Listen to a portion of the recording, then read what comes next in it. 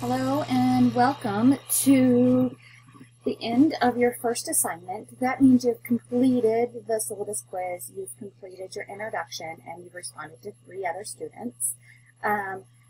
Hopefully at this time everybody has purchased their Healthcenter 21 code from WWCC Bookstore. If you haven't, please do that ASAP so you can get the code from your instructor.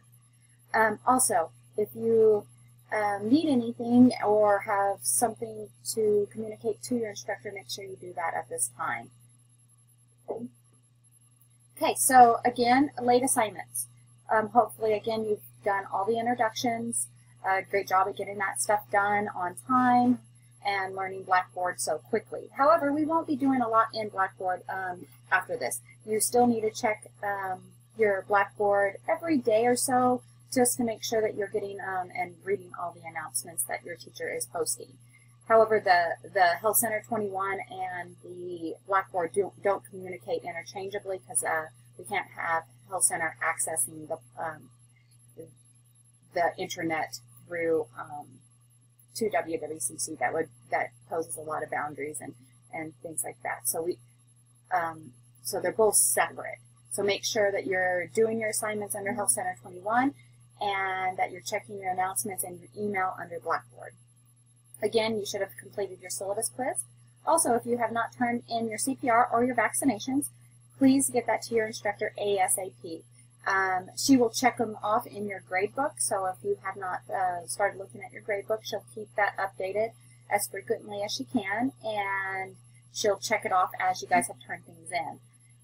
If you don't see a check by it about halfway through the class, maybe she didn't get it, or just remind her to check that off. Again, we need your MMR, your TB, also called your PPD, and your TDAP. Make sure it is spelt that way on your vaccination, TDAP.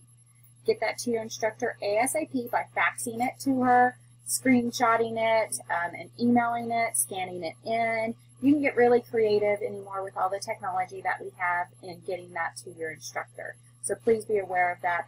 No excuses. It is required unless anaphylactically, and that anaphylaxis is wrote down by an MD. So please get those done.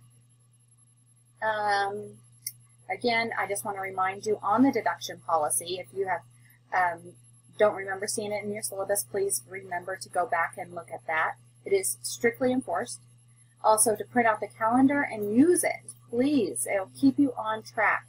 You can move ahead. So if you are working or you have barbecue coming up on the weekend or anything else going on, please work ahead and plan ahead so you're not behind and you don't receive those deductions. Remember, completion of this class does not equal a certification. There is a certification test that you will take after completion of this class. That is up to you to schedule, up to you to pay for. That is, we'll give you the information regarding the testing, but we will not have anything else to do with that after. We'll walk you through the handouts in lab. I just wanted to point that out at this time that there is a certification test after. To keep up your certification, you do renew it every even year through the Wyoming State Board of Nursing. And if you have any questions regarding your license, you will have to contact them. We don't have anything to do with your licensing. Just the fees that will occur when you're wanting to take the test, $98 is for your skills and written test. That's going to be held through the Pearson VUE / American Red Cross. Okay, totally separate from your licensing fee. And your licensing fee, again, you'll pay every 2 years on the even year. So that's $125 to the Wyoming State Board of Nursing. Start planning that into your finances, because if you're looking at finishing this class and working right away, you'll need to get that, you'll have to budget that into your finances. Our passing rate through through WWCC and our students, because we do get the stats of you guys, and if you pass or if you don't, the passing rate for the written is pretty much 9 out of 10 students. So we're about a 90% passing rate on the written. On the skills, we're a little bit lower.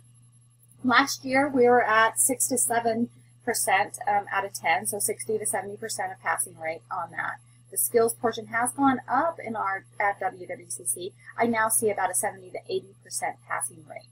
However, I have heard through the grapevine I have not been told by Pearson VUE or American Red Cross that there has been any changes, but from fellow testers and other skilled students that the skills portion has been very demanding. So keep that in mind when you're learning the skills through Healthcenter 21, that you're taking note and really practicing them in the order that they're written. I also want to point out, you do have a year after your last date of class. So if you finish next week, that last date of clinical, you will have a year to test from. Okay? If you are working as a graduated nurse assistant, a GNA, which a lot of facilities, especially nursing homes and medical offices, will, if they want you, they will hire you at that. You do only have 120 days on that temporary license to take the test. And if anything, after taking the test and you fails a portion, then you, unfortunately, you use that temporary license until you pass. So just keep these things in mind as you're moving through this class.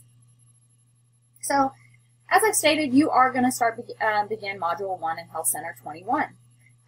Please see the other video, how to get into and access that Healthcenter 21. It's pretty easy. Just look at it and it'll remind you how to get in. I just did this one to point out what is included in that. So Module 1, if you click on it, it is Health Assistant, okay? That's the first bolded area. That's, if you click on it, it'll pop up a bunch of subunits, okay? So under you'll have to complete all those subunits under that module. So Health Assistant only is Module 1, and then the subunits, which are Health Assisting, Nursing, Qualities of Health Assisting, Infection Control, Safety Precautions, Legal Contact, Patient Rights and Code of Ethics, Communication Exercise, which is no points, and then the module test. The whole unit is worth 1,160 points. So that's a lot of points. If you, they do add up really quickly, if you notice. And then when you click on the Health Assisting, there's a bunch of little, I call them units, not subunits, but they pop up as well. And that's where the healthcare teams, facilities, education, and credentials. So this is all that is due under Module 1. So you have about 3 to 4 days to complete that, depending on how your instructor has made your calendar. So please refer back to your calendar and make note of when these modules are due. Again, you can work ahead, so make sure you're planning your daily activities into your class. So if you know you have a barbecue, or if you have to work, or if your kids are at school, you utilize your time and your scheduling. Online classes require you to be self-motivated. However, we are here to help you. So if there's something that you need from us you don't understand, send us an email. We are glad to help you through these. Suggestions on how to study. Everybody studies and learns differently, so please know the way you learn. If you learn better by watching the videos, or maybe you have to take notes, maybe you need to make flashcards. Please know the way you learn, okay? Suggestions I've seen students do, of course, we have technology. You can screenshot a lot of these PowerPoints. If you email your instructor, she can email you some study guides. Those are just worksheets that the Healthcenter 21 has provided to us that mimic the unit. If you want those, please let us know. You can take notes. A lot of students just highlight what they want and then copy that over to a Word document and then print those out. Some students just take written notes because I know that's the way I learn. I have to write it, I have to see it, and then I study from that. Make sure you're listening to all the videos completely, because if you're an audio learner, it will help you memorize what they're talking about. Suggestions when you're taking the quizzes. Make sure you don't just skim the question and then move on to the answers. All these CNA questions, and as you move through into the nursing world, if that's your goal, is to go on to nursing school, they're set up to make sure that you know the information. So make sure you read the question at least 3 times, looking for the bolded words, never, always, those bolded areas. Then make sure you read all the answers before deciding on the correct one. And you know, my recommendation is sometimes after you read it, your gut is telling you which one. Go for that first one and don't overthink it. We're not trying to trick you up. We're trying just to make sure you learn it. And this is a beginning competent CNA. So we're not trying to make you know stuff that you should know in 30 years of working. So it's just the basics that we want you to know. This is just to keep you updated on what is offered around Sweetwater County. Jobs that you can work, things that you can do that a lot of people don't know of or maybe you haven't looked at. So I just wanted to point it out, jobs that you can go for. Long-term care, of course, we have one nursing home in Green River. We have an Alzheimer's unit at Sageview, but it's currently called something else. I can't remember the name that they've changed it to. We also have an Alzheimer's unit over by Young at Hearts in that new nursing home. That one also hires for their assisted living area too. We also offer hospice, home health. There's a few home health agencies located in Sweetwater County. Community center, which is Young at Heart, they hire some CNAs to help out throughout. That's usually like a PRN status. We have Meals on Wheels in our community. Now CAP offers jobs. You can usually find jobs offered in the paper. So if you have a daughter that you want to, you can put an ad in the paper, not stating that you're a CNA, but you can put that you are kind of like a babysitter for elderly or people in need. Make sure if you do decide to do that, that you contact the Wyoming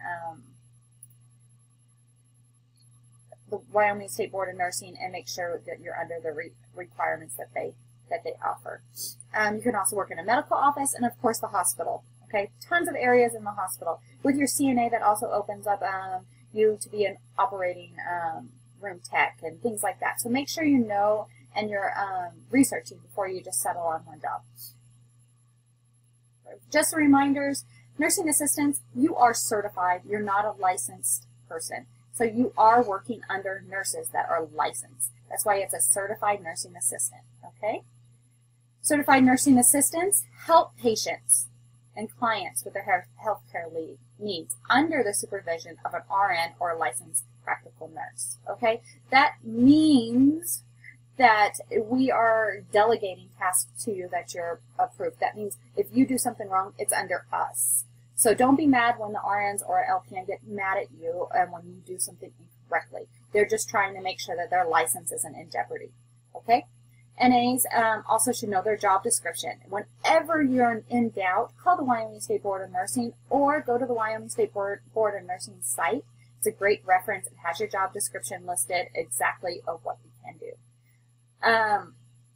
Remember when you are hired on something to always review the care plans for their patients and also for the residents. Okay, that is developed for the team of nurses and the team working with that patient. So make sure you know what you're required to do.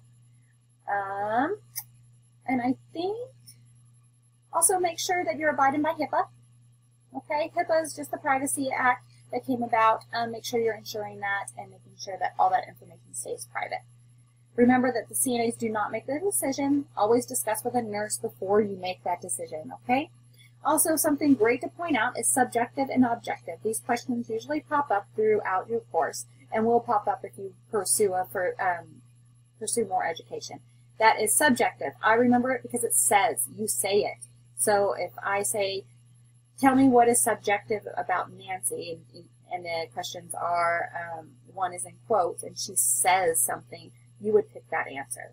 Objective is observed, so that's concrete evidence. That's labs, skills, etc.